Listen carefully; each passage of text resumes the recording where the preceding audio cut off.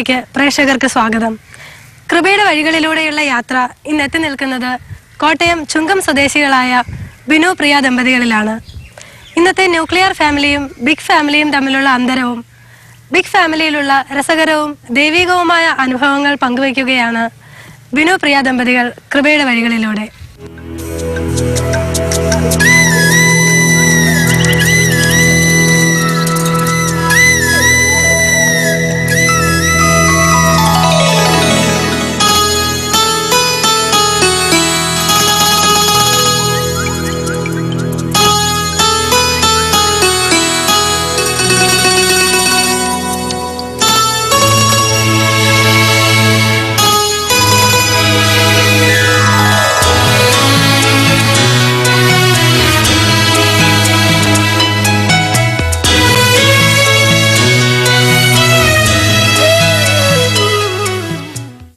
വഴികളിലേക്ക് ഹൃദ്യമായ സ്വാഗതം. നിങ്ങളുടെ കുടുംബവിശേഷങ്ങളൊന്ന് പങ്കുവയ്ക്കാമോ? Praise Lord. ഞങ്ങളുടെ വിവാഹം കഴിഞ്ഞിട്ട് ഇപ്പോൾ 12 വർഷമായി. ഞങ്ങൾ കോട്ടയം ജില്ലയിൽ ചുങ്കം എന്ന സ്ഥലത്താണ് താമസിച്ച് വരുന്നത്. ഞങ്ങൾക്കിപ്പോൾ 6 കുട്ടികളാണുള്ളത്. മൂത്താളും ഇളയാളും പെൺകുട്ടികളാണ്. ഇടയ്ക്കുള്ള 4 പേര് ആൺകുട്ടികളാണ്. മൂത്താളിപ്പോൾ 10 വയസ്സായി. മൂത്താൾക്ക് ഇപ്പം മൂത്താൾ 5ലും, രണ്ടാമത്തെ ആൾ 3ാം ക്ലാസ്സിലും, മൂന്നാമത്തെ ആൾ UKGയിലും, 4ാമത്തെ ആൾ അംഗൻവാടിയിലും, 5ാമത്തെ ആൾക്ക് ഇപ്പോൾ 1.5 വയസ്സ് കഴിഞ്ഞു. 6ാമത്തെ ആൾക്ക് ഇപ്പോൾ 7 മാസം പ്രായം. അപ്പം ഇങ്ങനെയാണ് ഞങ്ങളുടെ കുടുംബസ്ഥിതികൾ. പിന്നെ ഞങ്ങളുടെ വീട്ടിലിപ്പോൾ ഞങ്ങളുടെ അച്ഛനും അമ്മയുണ്ട്. ഞങ്ങളിങ്ങനെ ഒരു സന്തോഷമായിട്ട് സന്തോഷമായിട്ട് പോകുന്നു. ഇപ്പോൾ എനിക്ക് എൻ്റെ ജോലി എന്ന് വെച്ചാൽ ഞാൻ ഇപ്പം ഒരു ടാക്സി ഡ്രൈവറാണ്. ഒപ്പം തന്നെ ഞങ്ങളുടെ വീട്ടിൽ ഞങ്ങൾക്ക് ചെറിയൊരു വർക്ക്ഷോപ്പുണ്ട്. നമ്മുടെ പള്ളിയിലെ തിരുവസ്തുക്കൾ ഉണ്ടാക്കുന്ന കാസ അരളിക്ക എന്നിങ്ങനെയുള്ള വസ്തുക്കൾ ഉണ്ടാക്കുന്ന വർക്ക്ഷോപ്പുണ്ട്. അതുകൊണ്ടൊക്കെ ഇങ്ങനെ ബാലൻസ് ചെയ്ത് പോകുന്നു. പിന്നെ അതുപോലെ തന്നെ ഞാനൊരു ശുശ്രൂഷനും കൂടിയാണ്. ഞങ്ങൾക്ക് കോട്ടയം അർത്തൂട്ടിയിൽ എന്ന സ്ഥലത്ത് ഒരു കൂട്ടായ്മയുണ്ട് ഞങ്ങൾക്ക്. അവിടെ വർഷങ്ങളായിട്ട് ഇപ്പോൾ അവിടെ ഞങ്ങൾ ശുശ്രൂഷ ചെയ്തു വരുന്നു. അങ്ങനെ വളരെ സന്തോഷത്തിലാണ് ഞങ്ങളുടെ കുടുംബം പോയിക്കൊണ്ടിരിക്കുന്നത്. പുല്ലൂർക്കുന്ന് പറയുന്ന സെൻറ്റ് സെബാസ്റ്റ്യൻ ചർച്ച് ഇടവകയിലാണ് ഞങ്ങളുടെ കൂതാശരം എല്ലാ കാര്യങ്ങളും നടക്കുന്നത്. കൂടുതൽ കുട്ടികൾ വേണമെന്നുള്ളത് ഒരു സമർപ്പണ ജീവിതത്തിലേക്ക് വന്നതിന് ശേഷമുള്ള തീരുമാനമായിരുന്നോ അതോ ചെറുപ്പം മുതലേ ഉള്ള ഒരു ആഗ്രഹമായിരുന്നോ? ചെറുപ്പം മുതലേ കുട്ടികളെ വലിയ ഇഷ്ടമാണ്. എന്നാലും എൻ്റെ വിവാഹ ജീവിതത്തിൽ എത്ര കുട്ടികൾ വേണമെന്നോ അല്ലെങ്കിൽ കൂടുതൽ കുട്ടികൾ വേണമെന്നുള്ള അങ്ങനെ ഒരു ചിന്തയില്ലായിരുന്നു. എന്നാലും വിവാഹത്തോടൊക്കെ അടുത്ത ആ നാളുകളിൽ എൻ്റെ മനസ്സിൽ കുട്ടികൾ കൂടുതൽ വേണമെന്നുള്ള ആഗ്രഹം ഉണ്ടായി. എന്നാലും എണ്ണമൊന്നും എനിക്ക് അങ്ങനെ ആഗ്രഹമില്ല, കുട്ടികൾക്കുള്ള. പക്ഷെ എന്നാലും ഏകദേശം എനിക്കൊരു 23ാം വയസ്സിലാണെന്ന് തോന്നുന്നു ഞാൻ ആദ്യമായിട്ടൊരു നവീകരണ ധ്യാനം കൂടുന്നത്. ആ ധ്യാനം കൂടിയതിന് ശേഷം എനിക്ക് തീർച്ചയായിട്ടും എൻ്റെ മനസ്സിൽ വലിയൊരു ആശയം വന്നു, കുട്ടികൾ കൂടുതൽ ഉണ്ടായിരിക്കണമെന്ന്. പിന്നെ ഞങ്ങളുടെ കുടുംബത്തിൽ അപ്പനും അമ്മയ്ക്കൊക്കെ അവരുടെ കുടുംബങ്ങൾ ചിലപ്പോൾ 8, 9, 10 മക്കളൊക്കെ ഉണ്ട് അവർ. അപ്പം ആ ഒരു ചിന്തയും എൻ്റെ മനസ്സിലുണ്ട്. കാരണം അതുപോലെ തന്നെ എൻ്റെ ഒരു കുടുംബം കടന്നു വരുമ്പോൾ എനിക്കൊരു കുടുംബം രൂപപ്പെടുമ്പോൾ തീർച്ചയായിട്ടും മക്കൾ കൂടുതൽ വേണമെന്നുള്ള ആഗ്രഹം ഉണ്ടായിരുന്നു. എന്നാലും എൻ്റെ ചിന്തയിൽ ഒരു 5 മക്കളാണ് ഞാൻ ഉദ്ദേശിച്ചിരുന്നത്. എന്നാലും 5ഉം കടന്ന് 6 കുട്ടികൾ ദൈവം എനിക്ക് തന്നു. അത് വളരെ തികഞ്ഞ മനസ്സോടും സന്തോഷത്തോടും കുഞ്ഞുങ്ങളെ ഞാൻ സ്വീകരിച്ചിരിക്കുന്നു. തീർച്ചയായിട്ടും ഇതൊരു എൻ്റെ ജീവിതത്തിൽ സമർപ്പണത്തിൻ്റെ ഭാഗമായിട്ട് തന്നെ ഇതിനെ എടുക്കുന്നത്. പിന്നെ മറ്റുള്ളവർക്ക് ഈ കാര്യങ്ങൾ പറഞ്ഞു കൊടുക്കാനും എനിക്ക് വളരെയധികം സാധിക്കുന്നുണ്ട്. അതിന് ദൈവത്തിന് നന്ദി പറയുന്നു.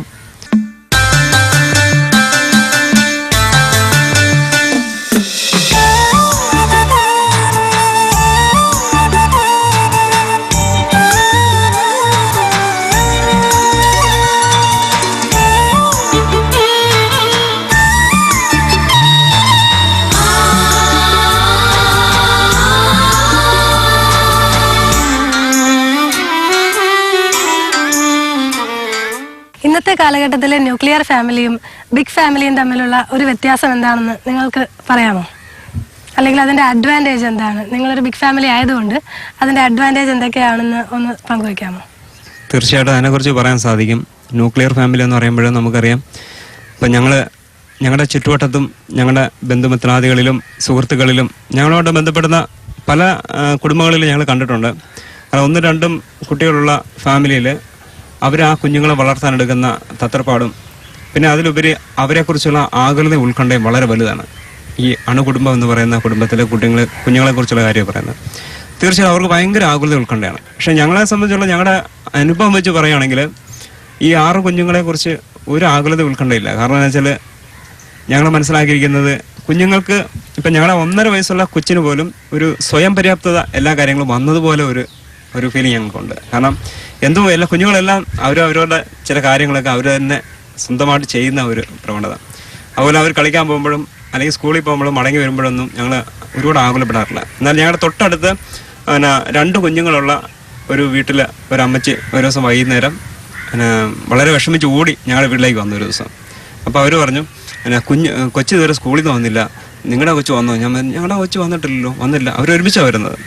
അപ്പോൾ ഞങ്ങൾ പറഞ്ഞു ഞങ്ങളുടെ കൊച്ചു വന്നിട്ടില്ല. അപ്പോൾ അവരും പറഞ്ഞു ഞങ്ങളുടെ കൊച്ചു വന്നിട്ടില്ല, അവർ ആദ്യം പറഞ്ഞു. ഞാൻ പറഞ്ഞു ശാന്തമാകുക, അവർ വന്നോളും, ധൈര്യമായിട്ടിരിക്കാൻ പറഞ്ഞു. അങ്ങനെ ആശ്വസിപ്പിച്ച്. അപ്പോൾ ഞാൻ മനസ്സിലാക്കുന്ന പല കുടുംബങ്ങളിലും ഇതുപോലെ കുഞ്ഞുങ്ങളെ കുറിച്ച് അമിതമായിട്ടുള്ള ആകുലത ഉത്കണ്ഠ ഉണ്ടാകുന്നുണ്ട്, 1-2 കുഞ്ഞുങ്ങളുണ്ട്. പക്ഷെ ഞങ്ങൾക്ക് ഒരു തരി പോലും അങ്ങനെ ഒരു ആകുലത ഉത്കണ്ഠ ഉള്ളതായിട്ട് ഞങ്ങൾക്കില്ല, ഒട്ടും തന്നെ ഇല്ല ഞങ്ങൾക്ക് തീർച്ചയായിട്ടും. കാരണം കർത്താവിൽ എല്ലാവരും സമർപ്പിച്ചുള്ള ഒരു ജീവിതമാണ് തീർച്ചയായിട്ടും. അതുകൊണ്ട് ഒരു തരി പോലും ആകുല ഉത്കണ്ഠ മേഖലയിൽ ഇതുവരെ ഉണ്ടായിട്ടില്ല, ഉണ്ടാകത്തുമില്ല എന്ന് കർത്താവിൽ വിശ്വസിക്കുന്നു. ഒരമ്മ എന്ന നിലയിൽ കൂടുതൽ കുട്ടികൾ ഉണ്ടായതുകൊണ്ട് ചേച്ചിക്ക് എന്തെങ്കിലും ആകുലതയോ ബുദ്ധിമുട്ടുകളോ ഒക്കെ ഫീൽ ചെയ്തിട്ടുണ്ടോ? കാരണം അവരുടെ ഭാവിയിൽ അവരെ എങ്ങനെ നമുക്ക് കെയർ ചെയ്യാൻ സാധിക്കും, അവരെ ഏത് നിലയിൽ എത്തിക്കാൻ പറ്റും, സാമ്പത്തികമായിട്ടുള്ള കാര്യങ്ങൾ, അങ്ങനെ എന്തെങ്കിലും അതിനെക്കുറിച്ച് എന്താണ് പറയാനുള്ളത്? ഇപ്പം വിദ്യാഭ്യാസപരമായിട്ടാണെന്നുണ്ടെങ്കിൽ ഇപ്പം വീട്ടിലെ കാര്യം, പിള്ളേരുടെ കളികൾ, അങ്ങനെയുള്ള കാര്യങ്ങളിൽ തന്നെയാണെന്നുണ്ടെങ്കിലും ഞങ്ങൾ പരസ്പരം എല്ലാം പങ്കുവെക്കാറുണ്ട്. ഒരു ചെറിയ കാര്യമാണെന്നുണ്ടെങ്കിലും പരസ്പരം ഞങ്ങളുടെ ഒരു പങ്കാളിത്തം എല്ലാത്തിലും ഉണ്ട്. എല്ലാ പ്രവൃത്തികളും ഒരു പ്രാർത്ഥനയോടുകൂടി തന്നെ കാണുന്നു. ഇപ്പോൾ കുഞ്ഞുങ്ങളുടെ ഒരു കളികളായാലും കുഞ്ഞുങ്ങൾക്ക് അസുഖം വന്നു, അത് പെട്ടെന്നൊന്നും ടെൻഷൻ അടിക്കാതെ അത് ദൈവികമായിട്ട് തന്നെ അതിനെ കാണാനും അതിനെ ആ ഒരു രീതിയിൽ അതിൻ്റെ വഴിക്ക് തന്നെ വിടാനായിട്ട് ഞങ്ങളെ കൊണ്ട് സാധിക്കുന്നുണ്ട്. ആ ഒരു ഇതുള്ളതുകൊണ്ട് എനിക്ക് ആകുലത ഉൾക്കണ്ട ഒട്ടും തന്നെ ഇല്ല. പിന്നെ കുഞ്ഞുങ്ങൾ നമുക്ക് ദൈവം തന്നിരിക്കുന്ന സമ്മാനമാണ്. അത് സങ്കീർത്തനം 127 3 മുതൽ വചനങ്ങൾ പറയുന്നുണ്ട്. കർത്താവിന്റെ ദാനമാണ് മക്കൾ, ഉദരബലം ഒരു സമ്മാനവും. യൗവനത്തിൽ ജനിക്കുന്ന മക്കൾ യുദ്ധവീരന്റെ കയ്യിൽ അസ്ത്രങ്ങൾ പോലെയാണ്, അവ കൊണ്ട് ആവനാടി നിറയ്ക്കുന്നവൻ ഭാഗ്യവാന്മാർ. അത് നഗര കവാടത്തിൽ വെച്ച് ശത്രുക്കളെ നേരിടേണ്ടി വരുമ്പോൾ അവന് ലജ്ജിക്കേണ്ടി വരികയില്ല. കാരണം നമ്മളെ ജീവിതത്തിലെ ഓരോ സന്ദർഭങ്ങളിലും പ്രതികൂല സാഹചര്യത്തിലും സന്തോഷമുള്ള അവസ്ഥയിലും ഒക്കെ വചനം ഞങ്ങളെ ഒത്തിരി ശക്തിപ്പെടുത്തുന്നുണ്ട്. ആ ഒരു വചനത്തിന്റെ ആ ഒരു അടിസ്ഥാനത്തിൽ പോകുന്നത് കൊണ്ട് ഒട്ടും തന്നെ ആകുലതയോ ടെൻഷനോ ഇല്ലാതെ എല്ലാ കാര്യങ്ങളും ചിന്തിക്കുവാനും ഒത്തൊരുമയോടെ പ്രവർത്തിക്കുവാനും അത് കുഞ്ഞുങ്ങൾക്ക് അത് പകർന്നു കൊടുക്കുവാൻ സാധിക്കുന്നുണ്ട്. ഏറ്റവും കൂടുതൽ മക്കളെ കുറിച്ച് നമ്മൾ ചിന്തിക്കുകയും അല്ലെങ്കിൽ അത് എന്തിനെ കുറിച്ചായിരിക്കും ചേച്ചി ഏറ്റവും കൂടുതൽ മക്കൾക്ക് വേണ്ടി പ്രാർത്ഥിക്കുന്നത്? മക്കളെ എങ്ങനെ ആയിത്തീരണം, അല്ലെങ്കിൽ ഏതൊരു വിഷയത്തിന് ആണ് പ്രാധാന്യം നൽകി പ്രാർത്ഥിക്കാറുള്ളത്? അതായത് അവര് ഇപ്പം 6 പേര് ഇന്ന രീതിയിലാകണമെന്നോ, അതായത് എൻ്റെ താല്പര്യപ്രകാരമോ ഞങ്ങളുടെ 2 പേരുടെ താല്പര്യപ്രകാരമോ പോകണമെന്ന് ആഗ്രഹിക്കുന്നില്ല. ദൈവത്തിന് മുമ്പിൽ ദൈവത്തിൻ്റെ മക്കളാണ്. അപ്പം ഞങ്ങളാൽ കഴിയുന്നത് ഞങ്ങളത് ചെയ്തു കൊടുക്കുന്നുണ്ട്. പിന്നെ ഇപ്പം പരീക്ഷയ്ക്കൊക്കെ തന്നെയാണ് പെട്ടെന്ന് മാർക്ക് പിള്ളേർക്ക് കുറയുന്നുണ്ട്. അപ്പം നമുക്ക് ചിലപ്പോൾ എനിക്ക് ശ്രദ്ധിക്കാൻ പറ്റാത്ത അവസ്ഥയൊക്കെ ഉണ്ടാകും. അപ്പം അങ്ങനെയാണെന്നുണ്ടെങ്കിൽ അവരെ നമുക്ക് കുറ്റപ്പെടുത്താതെ അടുത്ത ടൈമിൽ നല്ല മാർക്ക് വാങ്ങിക്കാം. പിന്നെ കിട്ടുന്ന അവസരങ്ങൾ പറഞ്ഞു കൊടുക്കും, കുഞ്ഞുങ്ങളെ പ്രാർത്ഥിപ്പിക്കാനും ഒക്കെ പരിശീലിപ്പിക്കുന്നുണ്ട്. നിങ്ങളുടെ കുടുംബ പ്രാർത്ഥനയൊക്കെ എങ്ങനെയാണ്? കുടുംബ പ്രാർത്ഥന എല്ലാവരും ഒരുമിച്ചിരുന്ന് മക്കളും എല്ലാവരും ഒരുമിച്ചിരുന്ന് പ്രാർത്ഥിക്കുന്നു. പിന്നെ ജപമാല പ്രാർത്ഥനയാണ്, വചനം വായിക്കുകയും അതിനെക്കുറിച്ച് സംസാരിക്കുകയും ഒക്കെ ചെയ്യാറുണ്ട്.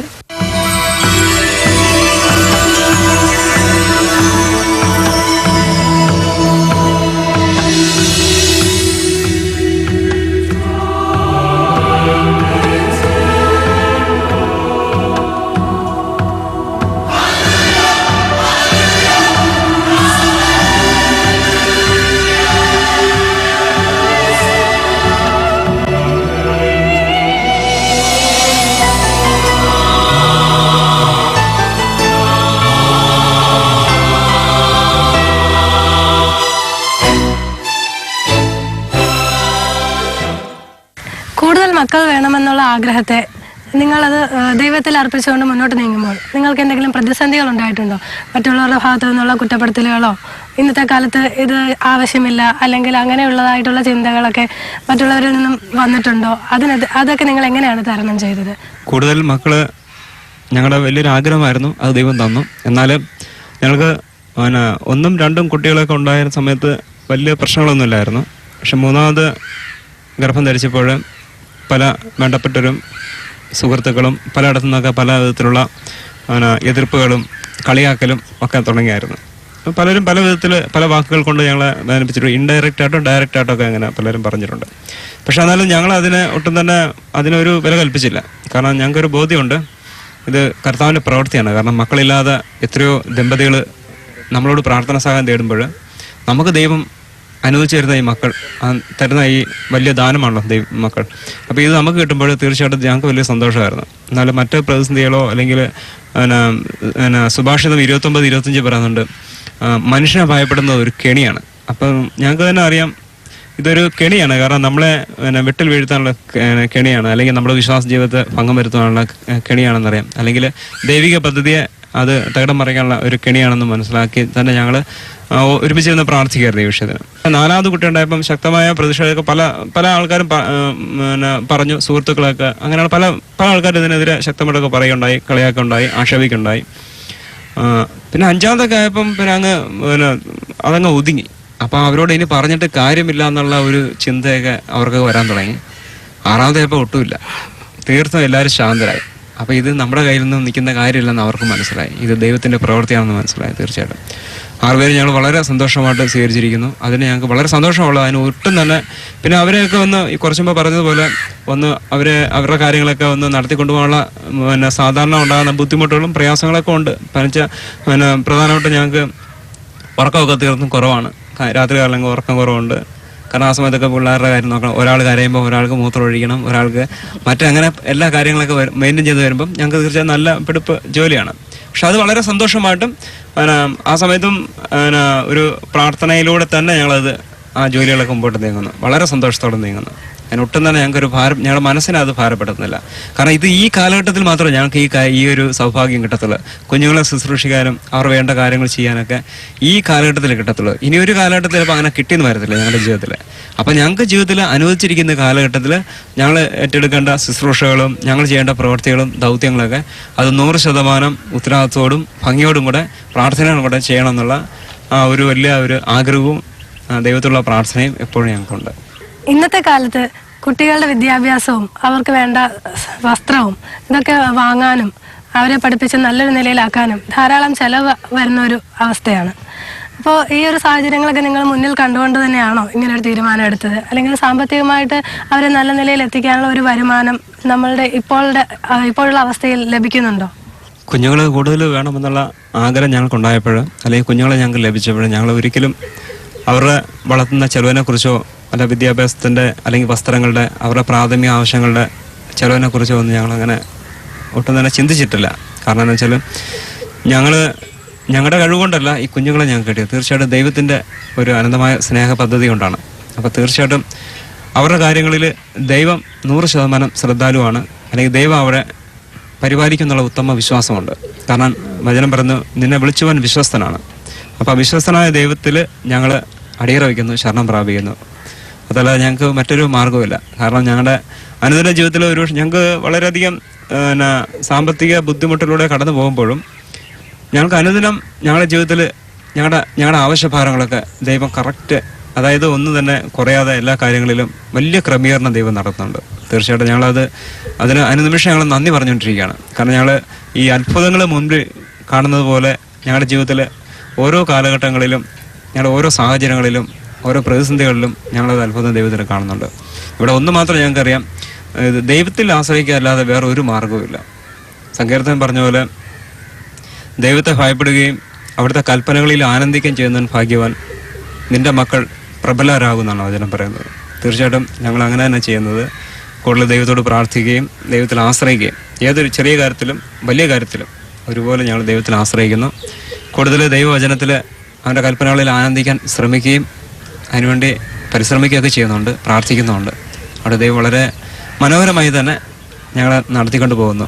പിന്നെ സ്വാഭാവികമായിട്ട് ഉണ്ടാകാറുള്ള വേദനകളും വിഷമതകളും കഷ്ടതകളും ഒക്കെ ഞങ്ങളുടെ ജീവിതത്തിലുണ്ട്. അതിലൂടെ ഞങ്ങൾ മനോഹരമായി സന്തോഷത്തോടെ തന്നെ ഞങ്ങൾ കടന്നു പോകുന്നു.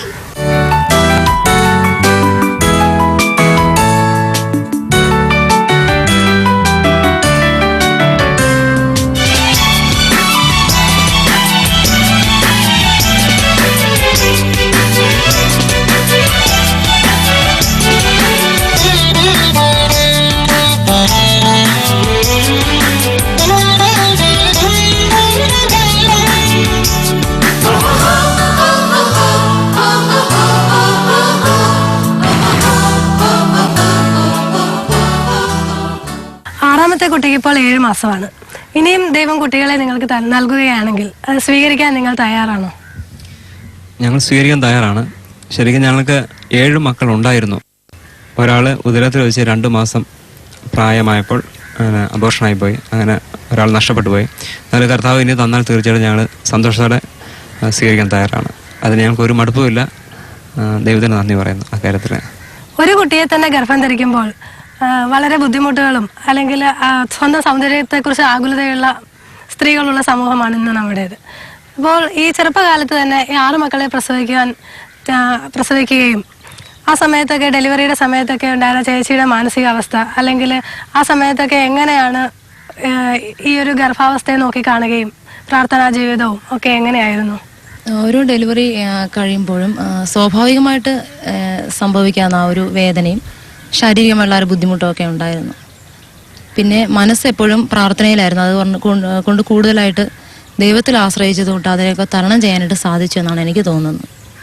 ഇപ്പം നമുക്ക് ഓരോ ഡെലിവറി കഴിയുമ്പോഴത്തേക്കിനും സൗന്ദര്യം പോയെന്നോ അല്ലെന്നുണ്ടെങ്കിൽ ആരോഗ്യം നശിച്ചെന്നോ ഒരിക്കലും പറയാൻ പറ്റത്തില്ല.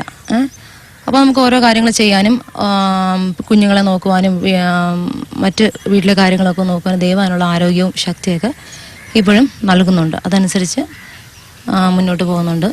നേരത്തെ നിങ്ങളുടെ ശുശ്രൂഷാ ജീവിതം നയിക്കുന്നു എന്ന് പറഞ്ഞു.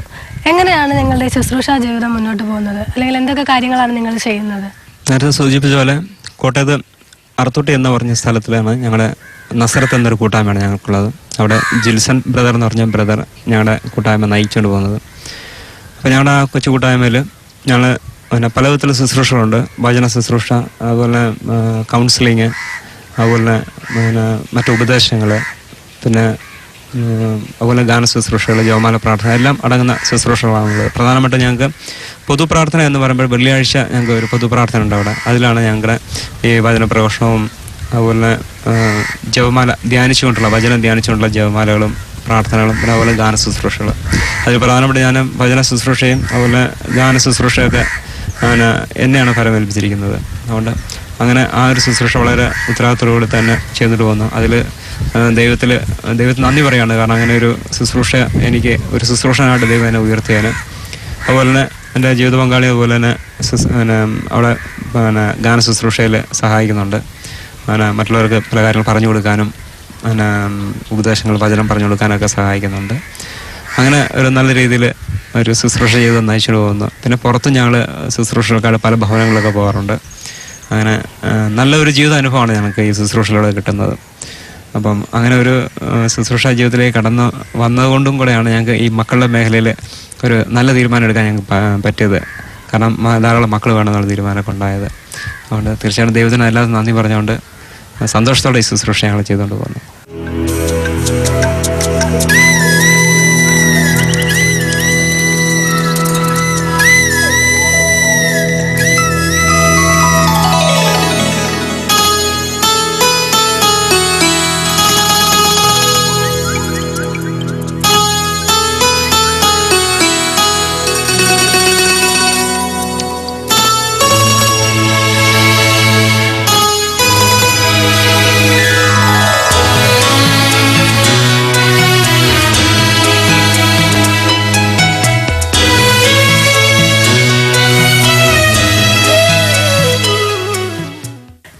മക്കളെ സ്വീകരിച്ചത് വഴി നിങ്ങൾക്ക് ലഭിച്ച ദൈവകൃപയെക്കുറിച്ച് അല്ലെങ്കിൽ മക്കൾക്ക് ലഭിച്ച ദൈവാനുഗ്രഹത്തെക്കുറിച്ച് അങ്ങനെ എന്തെങ്കിലും പ്രത്യേക കാര്യങ്ങൾ നിങ്ങൾക്ക് പറയാനുണ്ടോ?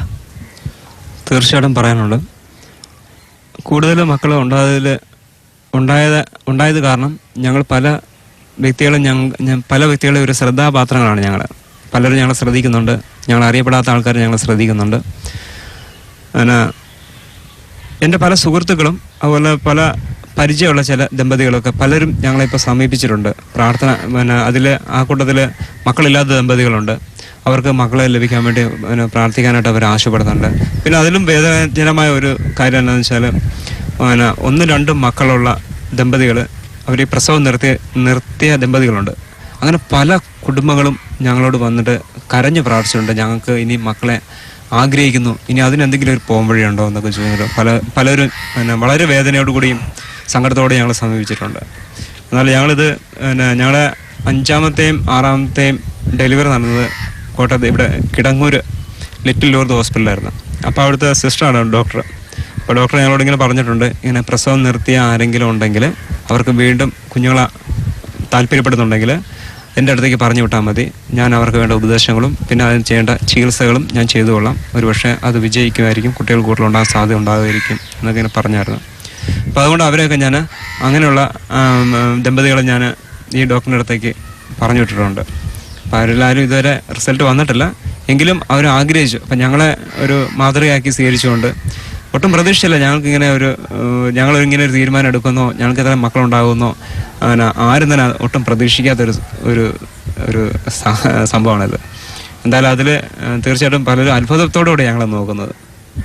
അതുകൊണ്ട് ഞങ്ങളിന്ന് വളരെ സംതൃപ്തരാണ്. കാരണം എന്ന് വെച്ചാൽ ഞങ്ങൾക്ക് തന്നെ എന്തോ ഒരു കൂടുതൽ പക്വത വന്നതുപോലെയൊക്കെ തോന്നുന്നു. കാരണം ഇത്രയും കുഞ്ഞുങ്ങളെ നോക്കുന്നതല്ലേ, അപ്പം കൂടുതൽ പക്വത വന്ന പോലെയും. കാരണം അതിൻ്റെ അടിസ്ഥാനം കാരണം ഒരു കുഞ്ഞുങ്ങളെക്കുറിച്ച് ഒരു ആകുലത ഇല്ലാത്തതുകൊണ്ടാണ് കൂടുതൽ. ടാക്സി ഡ്രൈവറായി ജോലി ചെയ്യുന്നതോടൊപ്പം തിരുവസ്തുക്കൾ ഉണ്ടാക്കുന്ന വർക്ക്ഷോപ്പ് ഉണ്ടെന്ന് പറഞ്ഞു. അത് സാമ്പത്തിക ലാഭം പ്രതീക്ഷിച്ചാണോ അതോ സമർപ്പിത ജീവിതത്തിനൊരു ഭാഗമായിട്ടാണോ ചെയ്യുന്നത്? എൻ്റെ ഫീൽഡ് ശരിക്കും ഒരു വണ്ടിയുമായിട്ട് ബന്ധപ്പെട്ട ഒരു ഫീൽഡായിരുന്നു.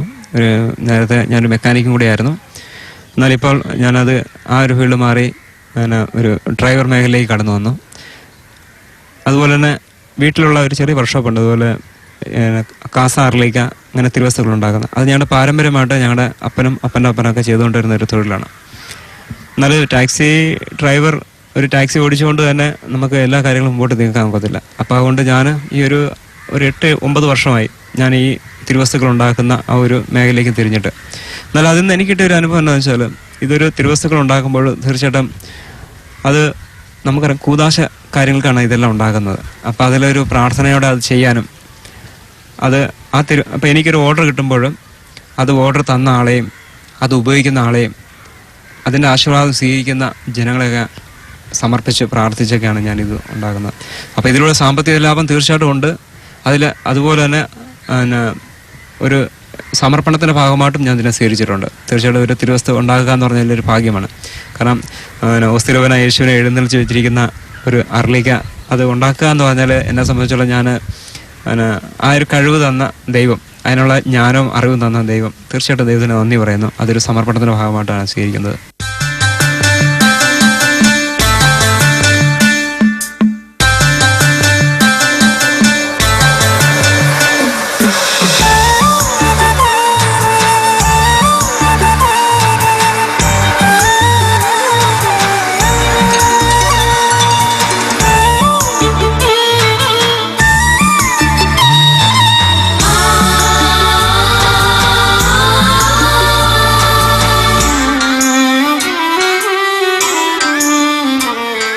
ഇന്നത്തെ ഈ ന്യൂക്ലിയർ യുഗത്തിൽ ഇന്നത്തെ തലമുറയോട് നിങ്ങൾക്ക് എന്തെങ്കിലും സന്ദേശം നൽകുവാനുണ്ടെങ്കിൽ അതൊന്ന് പറയാമോ?